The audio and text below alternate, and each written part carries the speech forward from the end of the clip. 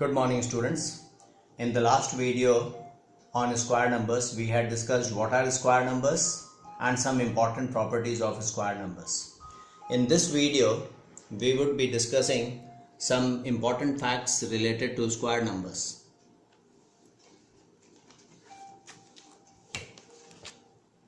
The first important fact is that on adding consecutive triangular numbers, we get square numbers.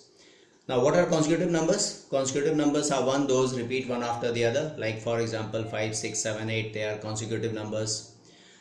And what are triangular numbers? Triangular numbers are those whose dot diagrams will give triangle shapes. So, triangle numbers are like for example 1, 3, 6, 10, they are triangular numbers. If we add consecutive triangular numbers like 1 plus 3, we will get 4. If we add the next consecutive 3 and 6, we will get 3 plus 6, 9, 6 plus 10, 16. So now what are these type of numbers? They are square numbers. So that's what is told here, that on adding consecutive triangular numbers, we will get square numbers. Then the next fact, between the square numbers n square and n plus 1 whole square, there are two n non-squared numbers. Like for example, any natural number n, if I take n equal to 3, then 3 square and 3 plus 1 whole square. That is 3 square is 9 and 3 plus 1 whole square is 4 square 16. So between 9 and 16, there are 6, 2 times 3, 6 non-square numbers. And what are those non-square numbers? They are 10, 11, 12, 13, 14, 15. So there are 6 square numbers. So for any natural number n, between n square and n plus 1 whole square, there will be 2 times n non-square numbers. So between 3 square and 3 plus 1 whole square, there will be 2 times 3, that is 6 non-square numbers. Then fact number 3. Sum of first n odd numbers is n square. For example, if you consider sum of first 3 odd numbers, first 3 odd numbers are 1, 3 and 5. If you consider the sum 1 plus 3, 4, 4 plus 5, 9. That is equal to 3 square. If you consider the first 4 odd numbers, 1, 3, 5, 7. If you add them, 4 plus 5, 9 plus 7, 16. That is equal to 4 square. So if you consider first n odd numbers, their sum will be simply equal to n square. Okay.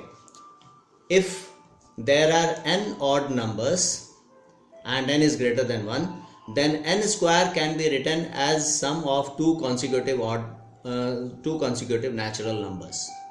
Like for example, if we have n square, then if we consider any odd number n, then n square can be written as n square minus 1 by 2, which will be a natural number, and the consecutive natural number n square plus 1 by 2. Let's check.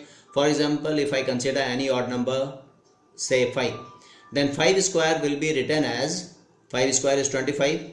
Two consecutive odd numbers 12 and 13. How is this 12 coming? By doing 5 square minus 1 by 2, that is 25 minus 1, 24 by 2, 12. And 25 plus 1, 26 by 2, that is equal to 13.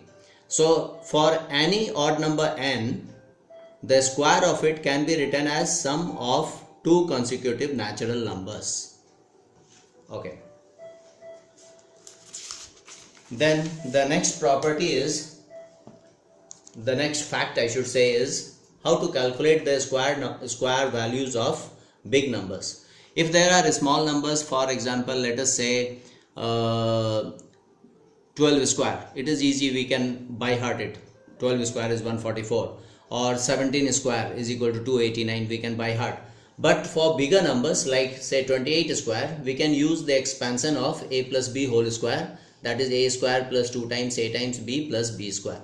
So if it is 28 square, I will break it as 20 plus 8, where a is 20, b is 8.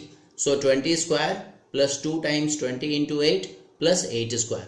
So 400 plus 320 plus 64, that is equal to 784. So using this method, even in our mind, we will be able to calculate the sum of the square of bigger numbers. Okay. Then calculating square of numbers ending in 5, that's very easy. For example, 85 square, this is a number ending in 5. If I want to do square, I will simply increase this digit after the units place, that one, by 1 and multiply it with it. So 8 plus 1 is 9, 9 times 8 is 72 and 5 square is 25. If it is 95, then 9 plus 1 is 10, 10 times 9 is 90 and 5 square is 25. So the last two digits will be always 25. Then 11 plus 1, 12, 12 times 11 is 132 and 25. So 115 square will be 13,225. So if there is a number ending in 5, finding the square of the number is very easy. Okay, then let's discuss next about Pythagorean triplet. You remember Pythagoras theorem. In a right angle triangle, the sum of squares of perpendicular sides is equal to the hypotenuse square. So if there are three numbers m, n and p, where p is the hypotenuse, then according to Pythagoras theorem, m square plus n square will be equal to p square. If that is so, then m, n and p are called Pythagorean triplet. So three numbers which satisfy Pythagoras theorem are called Pythagorean triplet. For example, 3, 4 and 5. If this is 3, 4 and then 3 square plus 4 square will give 5 square. So 3, 4 and 5 are Pythagorean triplet. For any natural number m, if m is greater than 1, we can easily find the Pythagorean triplet by using this rule. 2 times m, m square minus 1 and m square plus 1 will give the Pythagorean triplet. So for example, let's take any natural number m, say m equal to 3. Then 2 times 3, that is 6, 3 square minus 1, that is 8, and 3 square plus 1, that is 10. So 6, 8 and 10, if you will notice, 6 square plus 8 square, that is 36 plus 64 is 100, and 10 square is also 100. So that means they are satisfying Pythagoras theorem, and which means that 6, 8 and 10 are Pythagorean triplet. So 2m, m square minus 1 and m square plus 1 would form Pythagorean triplet. So we can easily find out Pythagorean triplet by substituting m by any natural number.